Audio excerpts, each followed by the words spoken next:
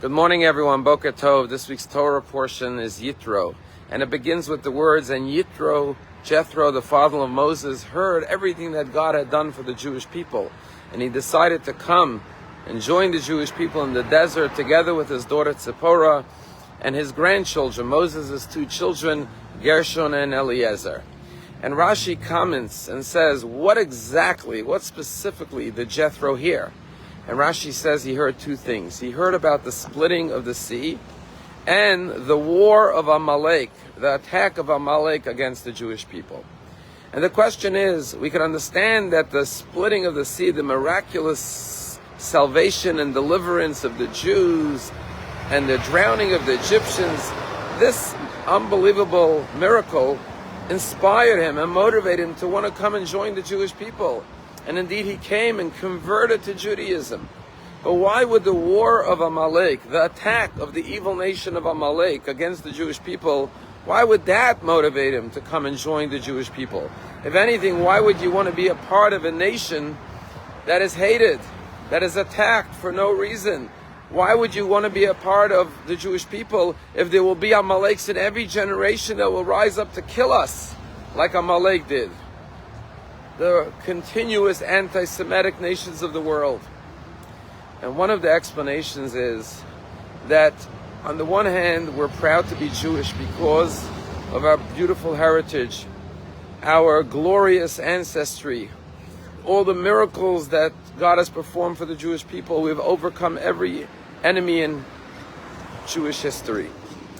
But there's another motivation to be a proud Jew. And that is when you see the evil and the hatred of Amalek.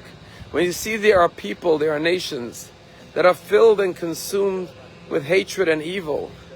And you realize the difference and how fortunate we are as a Jewish people to have moral and righteous values from the Torah.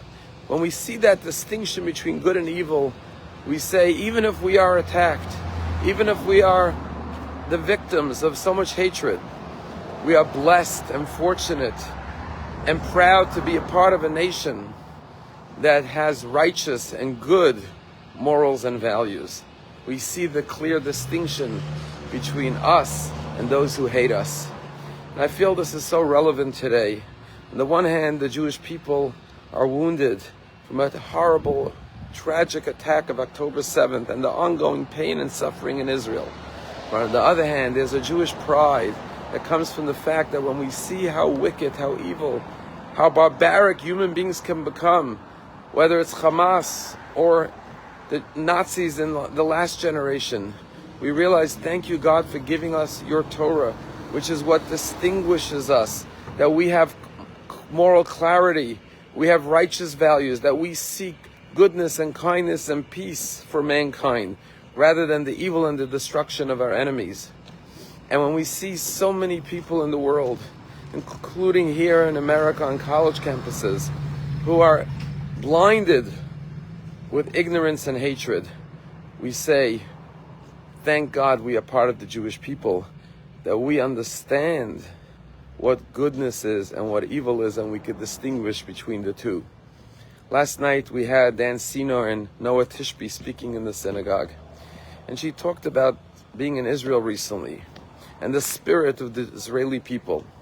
And she told a story of how she was meeting with a young girl who was a 27-year-old model in Israel. Her name is Noa Mazal Ben David. And she described how she was at the music festival, the Nova Peace Music Festival, on the morning of October 7th, when the rockets started coming, then the terrorists invaded Israel.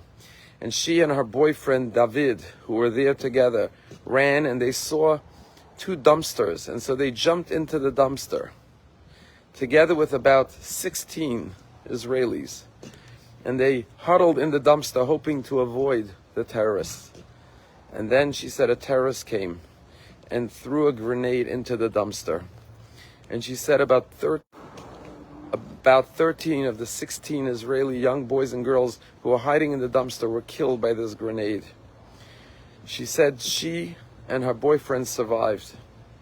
And her boyfriend David said, come hide, and told her to go under the bodies to hide for protection. But then another Hamas terrorist leaned over into the dumpster and started to shoot.